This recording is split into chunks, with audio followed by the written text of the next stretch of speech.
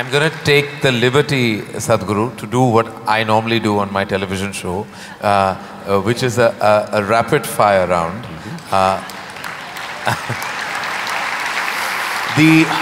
Normally the end of this round… When I was young, I watched a lot of, Wild West movies. Right. So when you fire, I also fire, all right? No, but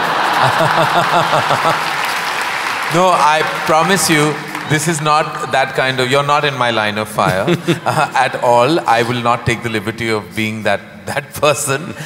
These are just quick questions which when I ask for one word, you have to stick to that. Because sometimes you have a tendency of not exactly answering the question asked. But you give such a profound and prolific retort back that it makes you very satiated. But in this case, my only request is that if it's one word, then it's just one word. Okay. And the end of this, normally, you get a hamper, but in the absence of a hamper here, you already have something, right? Yes. So, or this beautiful bouquet that is right next to you. But so there's no hamper, but you will get my utmost gratitude. Thank you. All right, very simply, what is the one thing that is essential to living a balanced life? Sense.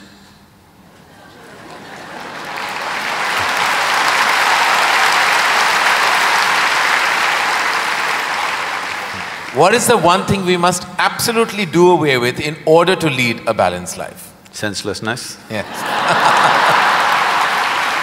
All right. I thought that was coming. First thing that comes to your mind when I say the following. The first thing, organized religion. Madness. Marriage. Cohabitation. Competition. Stupid. Money. Useful. Love.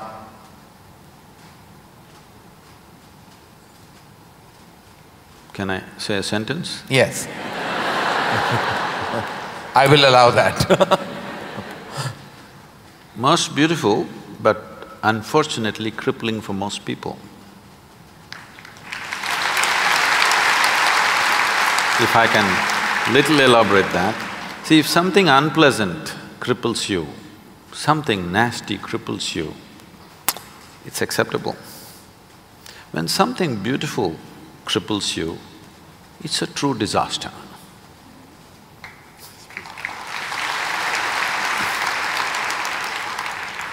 If you could ask one person, alive or dead, one question, who would you ask and what would that be?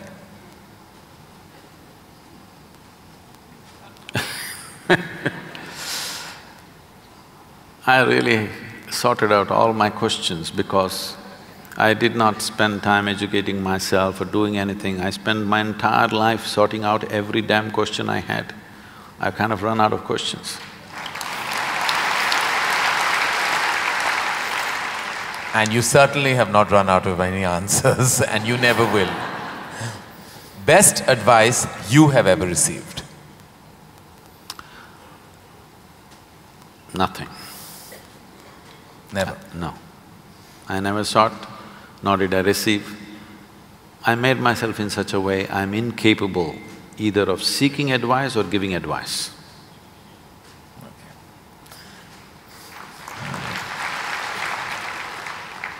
In an imaginary, completely hypothetical situation, if you had a day off with no commitments, no responsibilities, what would you spend the day doing? Oh, there are a lot of things, this can't be one word.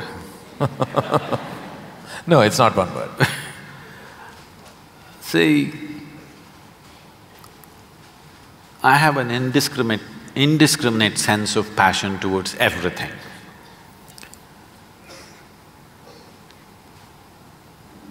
There were lots and lots of things I did at one time, but these days, time is not allowing me to do that, so generally if I have little time, all I do is play golf. Because that's safe and within the city and I can get back in time for something else to be done. But if an entire day is left to me, which they have not done for a long time, They've not left it to me. If that happens, I will close my eyes and sit, because that is the best, I am at my best when I truly have nothing to do.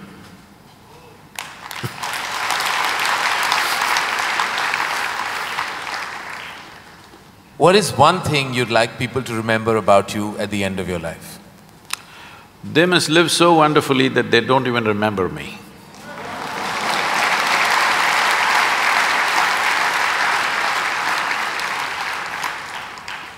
If you found a way to travel through time, where would you go?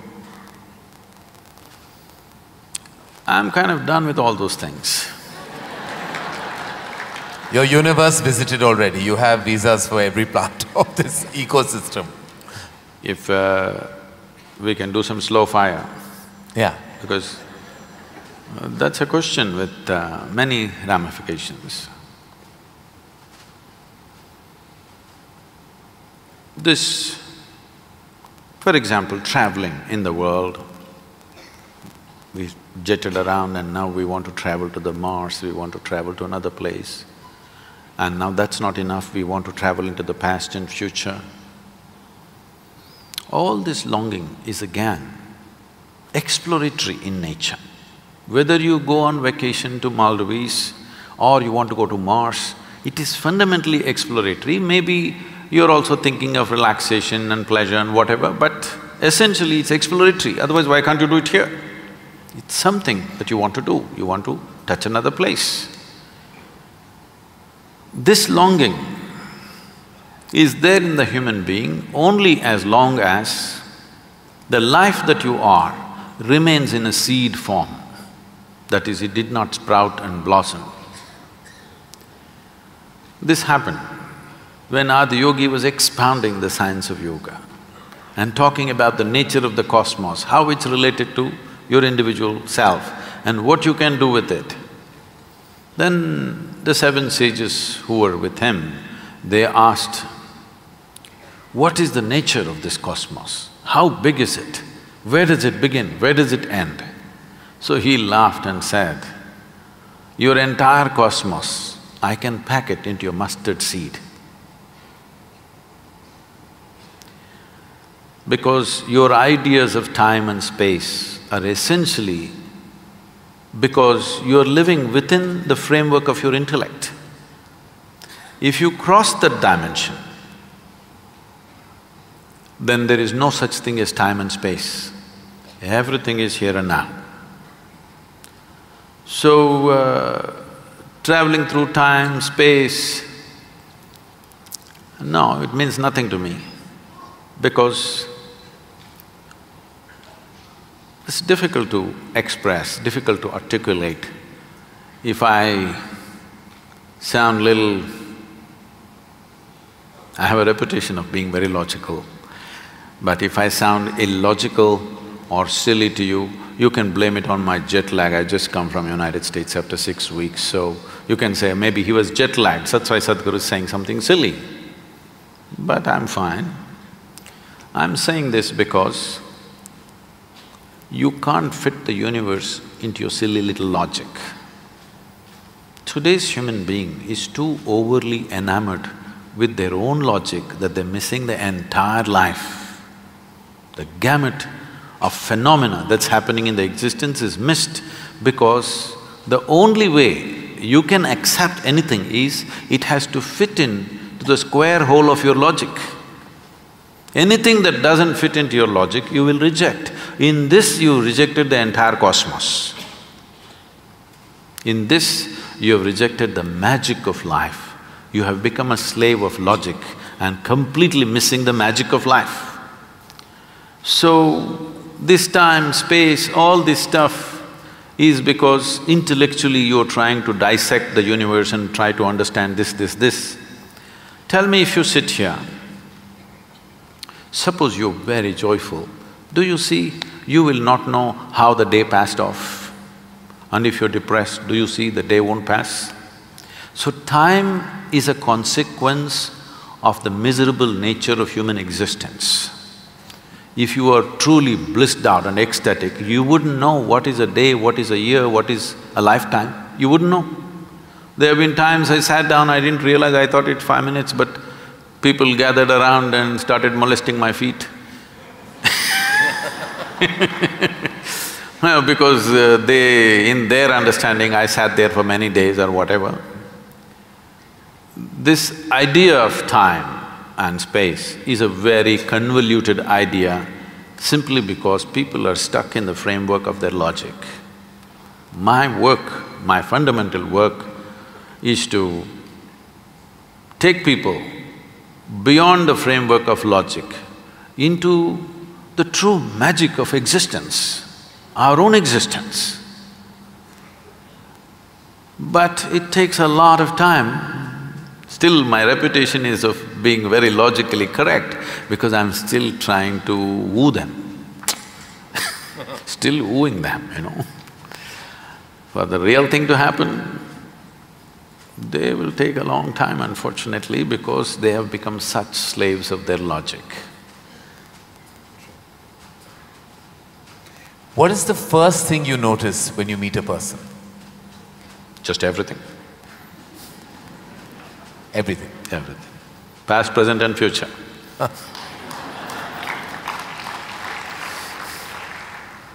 Is it more important to do what you love or love what you're doing? One word or more?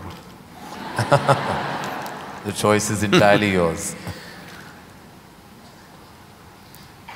See, if you are an intelligent person, you will try to do what you love most. But if you're a genius, you will do just what is needed.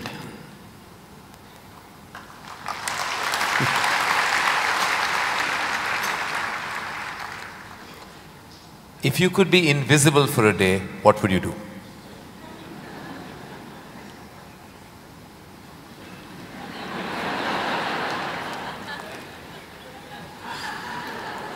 You wouldn't know?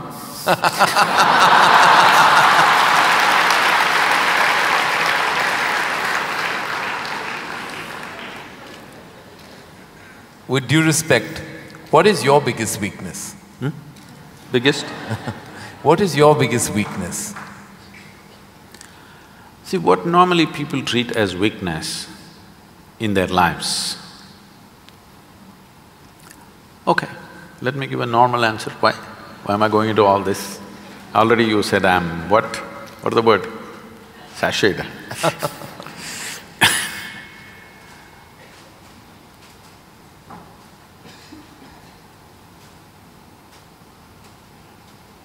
My biggest weakness is, I love danger. Without danger I cannot live. I need to do something which keeps me on the edge of being mortal, being alive and dead. I want to walk that line all the time. Every day I'm stepping on it one way or the other. Is it a weakness? I don't think so, but people think, Sadhguru, you shouldn't risk your life like this. But if there's no risk, I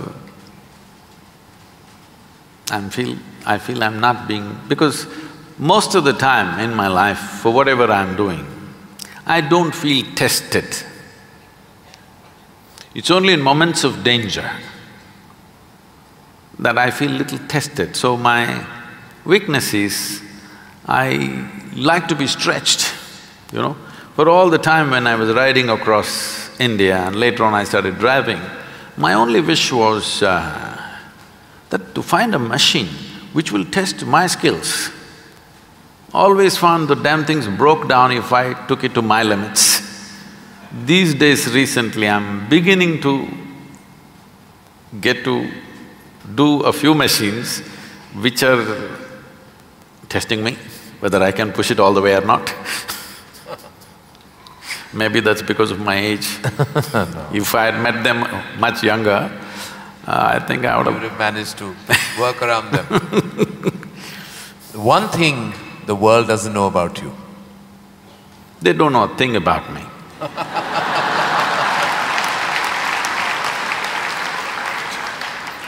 That's a fact. And the one thing you wish you could change about yourself? Oh, I never looked at that. I could speak Hindi. No, I'm sorry, Marathi.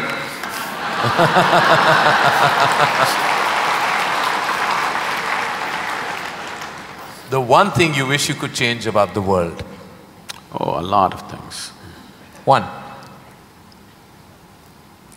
Human beings. Desperately in need of. Sir, what would you consider to be your greatest achievement?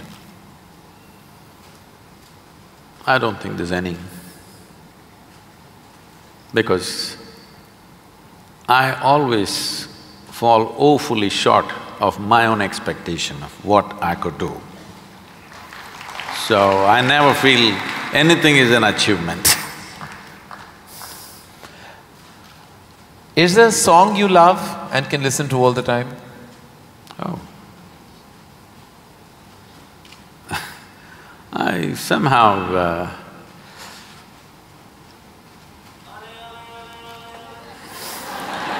now probably because this came to me at a certain time when I was in my early teens maybe. So this one song kind of comes back to me more often than anything else. It's not that I even seek it, but somehow one way or the other this song keeps coming back to me. Is how many times… Okay. I know you haven't seen any of my films, but do you have a favorite film? Oh, I've seen many good movies. At one time I saw a lot of them. I've not seen much of Indian cinema, but I saw a lot of, English cinema. But one movie that I thoroughly enjoyed at that time, because on that day the way things happened, many life situations fell together and everything, was Roman Holiday. Oh. Well, I have to say that that's the first film I've ever seen in my life. My mother took me to the cinema. Here we are. It is true. Roman Holiday is the first film I ever saw. It was my introduction to the big screen. I'm glad I have something in common with you. That image of Audrey and Gregory Peck is somehow just stayed with me. Wonderful. It was probably my age. Yeah. Oh, it must have been. Something you enjoy doing and wish you had more time for?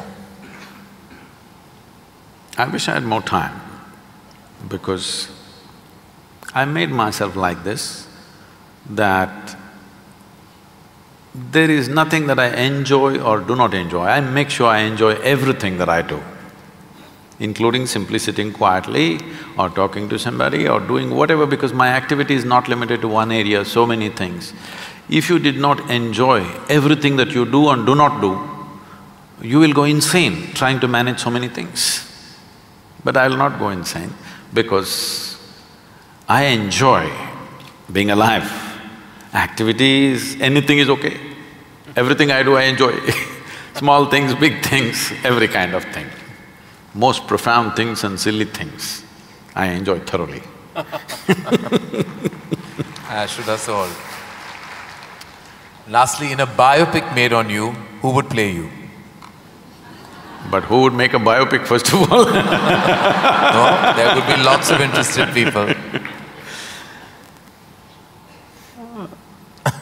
Maybe you should animate.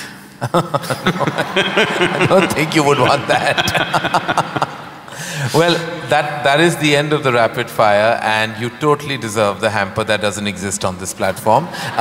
But it's a virtual hamper that I've given to you with my love, gratitude and deepest amount of respect. Thank you. Thank you.